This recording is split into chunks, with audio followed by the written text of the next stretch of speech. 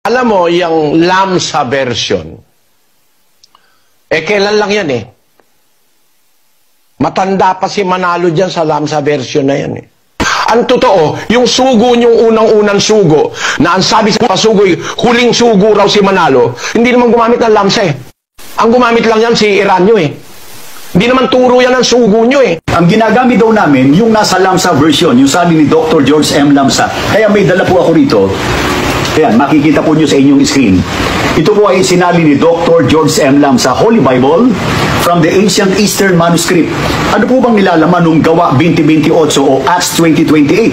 Take heed, therefore, to yourselves and to all the flock over which the Holy Spirit has appointed you overseers, to feed the church of Christ, which He has purchased with His blood. Sa Tagalog po, pag iniliwat natin, ang iglesia ni Kristo na tinubos niya o binili niya ng kanyang dugo. Ang sabi po ni Mr. Eli Soriano, talangalan po sa mga sumusubaybay sa amin, ang tama raw pong salin ng Gawa 20:28, iglesia ng Diyos. Bakit? Sapagkat ang paniniwala daw po, yun ang isang pangangatwira ni Mr. Eli Soriano, ang paniniwala daw po ni Dr. George M. Lamsa sa likas na kalagayan ng ating Panginoon Kristo ay Diyos, hindi raw po tao. Kaya ang tinutukoy daw po dito ni Dr. George M. Lamsa sa Gawa 20:28 na Church of Christ, iglesia ng Diyos, sapagkat si Kristo raw po ay Diyos. Yun ang paliwanag mo. Hindi paliwanag, yun ang palabo mo at pagpilipit kung bakit isinali ni Dr. George M. Lamsa yung Gawa 20:28 na Church of Christ o Iglesia ni Kristo. Kaya si Dr. George M. Lamsa ang ating sangguniin.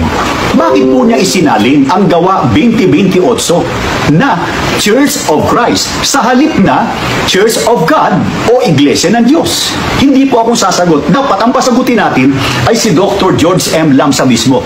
Kaya meron tayong aklat dito, isinulat po ni Dr. George M. Lamsa. Ayan, nakikita niyo po sa inyong screen. New Testament Commentary by Dr. George M. Lamsa. The Eastern text reads, the Church of Christ, which He has purchased with His blood.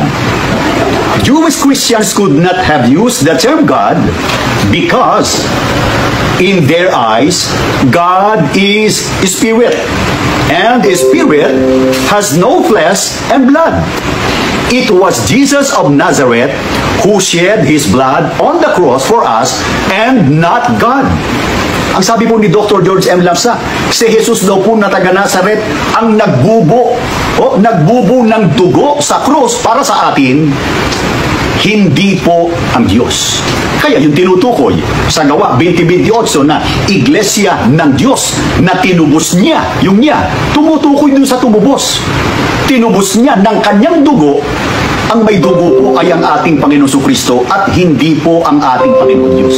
Dahil baka sabihin po ng mga nagre-record sa atin na taga-riyan sa Edidio Convention Center dyan sa Apalit. Alam ko nire-record niya ako, Mr. Mel Magdaroob. Bakit namin tinatanggap yung paliwanag ni Dr. George M. Lamsa na ang nagbubo ng dugo, tumubo sa atin ay ang Panginoon Kristo at hindi ang Diyos? Hindi dahil sa natapat sa gusto namin yung paliwanag ni Dr. George M. Lamsa, kundi yun ang pinatutunayan ng Biblia. Ano katunayan? Sino ba ang tumubo sa atin ayon sa Biblia?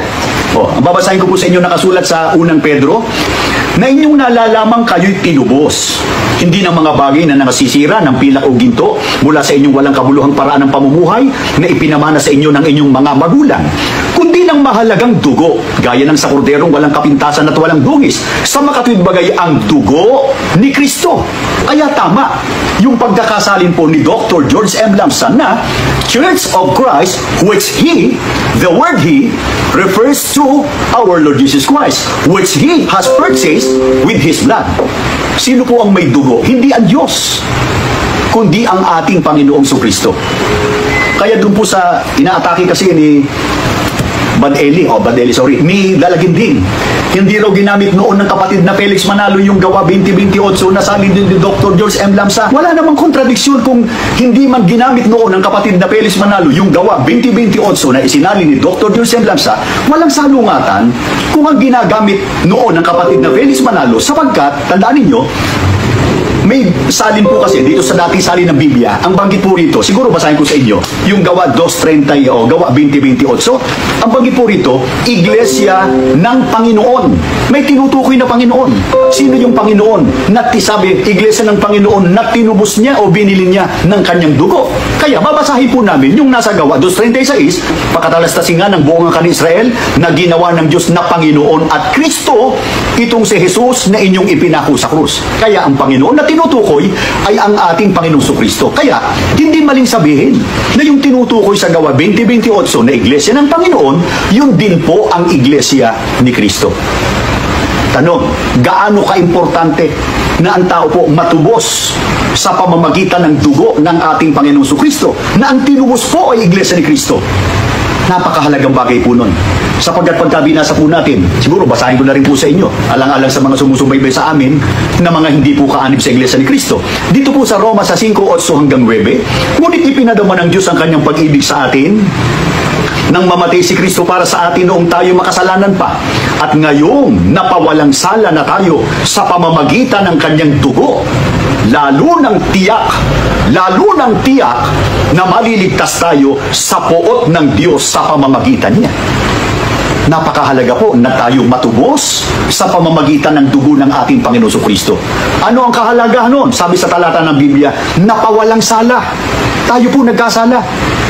Tandaan natin, marami na tayong pag-aaral. Ang kabayaran po ng kasalanan, batay po sa Biblia sa Roma. Sa 6:23, kamatayan. Ang tinutukoy na kamatayan, hindi lang po yung pagkalagot ng hininga. Sa Apokalipsis 20:14, ay kamatayang ikalawa sa impyerno o dagat-dagatang apoy. Pero pagka ang tao natubos sa pamamagitan ng dugo ng Panginoon Kristo, tinitiyak po napawalang sala. At anong katitiyak pag napawalang sala? Sana napansin po ninyo, lalo ng tiyak, sigurado tiyak na maliligtas tayo sa poot ng ating Panginoon Diyos.